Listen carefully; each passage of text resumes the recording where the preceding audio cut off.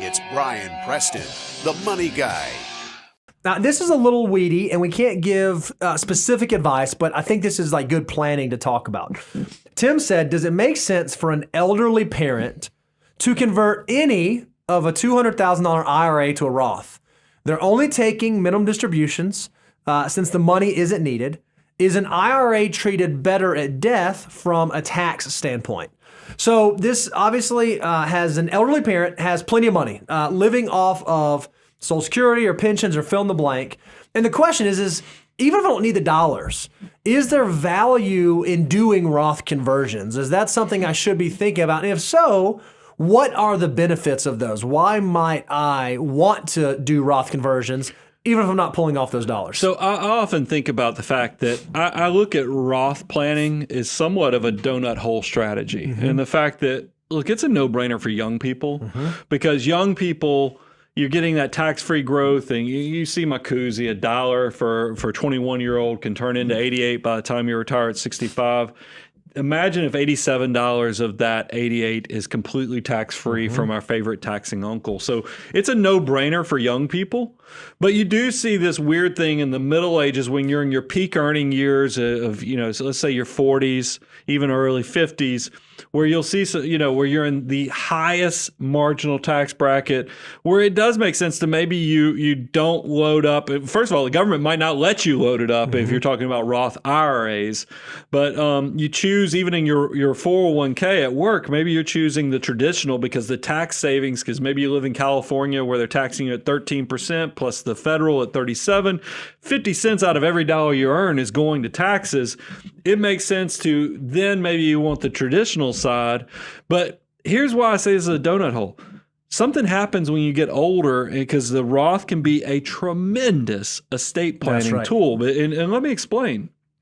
First of all, Roth IRAs don't have required minimum distribution rules.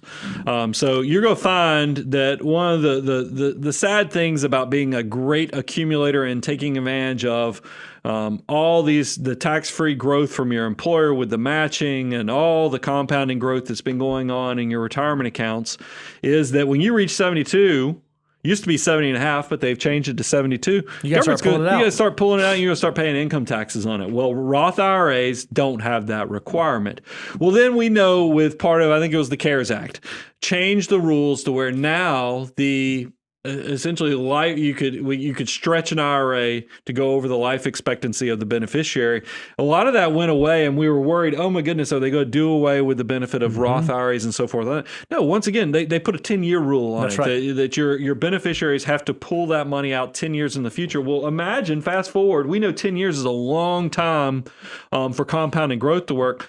Your beneficiaries inherited a Roth asset 10 years in the future. They can let that grow completely tax-free and then pull the money out 10 years in the future. It's going to be a good bit higher. So by all means, Tim, look, we don't know your personal situation, so we have to give the disclaimer. We don't give personal advice on here, but just give you a mindset of all the variables to think about. There is definitely a time and a place for somebody who is thinking about, and it's going to take into account also, where's their income at?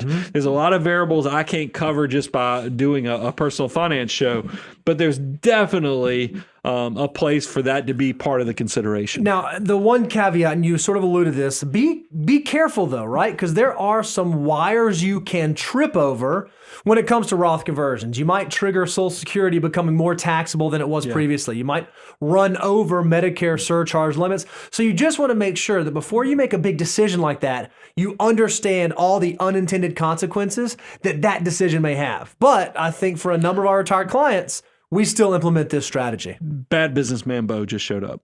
Well, I didn't want to... Abundance cycle. By the way, this is complicated stuff.